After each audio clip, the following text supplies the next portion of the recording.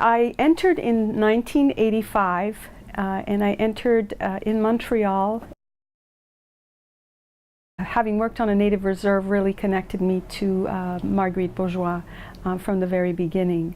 In 1985, it was definitely a radical choice, particularly in Quebec. Quebec is a very secular province, society. It was unheard of for someone to enter the congregation. But I have to honestly say what inspired me was Marguerite Bourgeoys.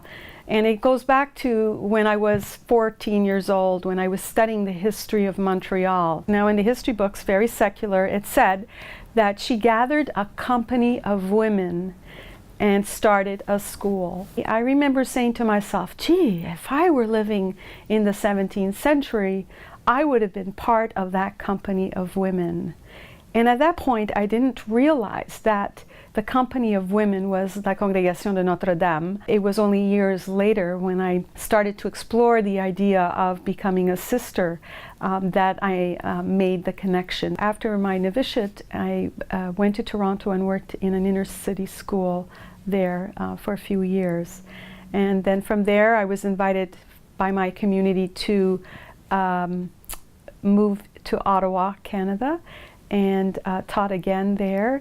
And at that point, I felt really drawn to work with young single mothers and children, to be supervisor of a childcare program at the Youville Center. And the Youville Center is a center for young single mothers and children, a very comprehensive center.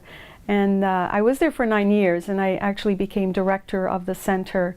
But again, it highlighted my desire to walk in the footsteps of Marguerite, because Marguerite Bourgeoys was very much a woman of family.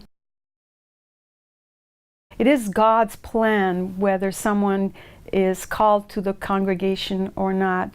And together with God, we explore and journey. So for me, I see it as a mentoring experience. And an opportunity to learn. It's almost like a dance. It's very much a visitation.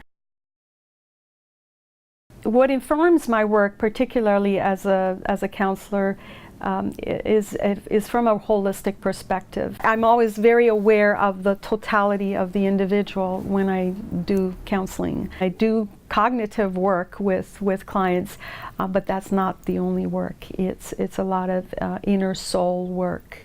And that when that happens, there's a lot of healing that goes on. What inspires me about Marguerite Bourgeoys is her compassionate heart. And that's how I see my work coinciding with Marguerite, is to be compassionate, to be accepting, and to guide with love.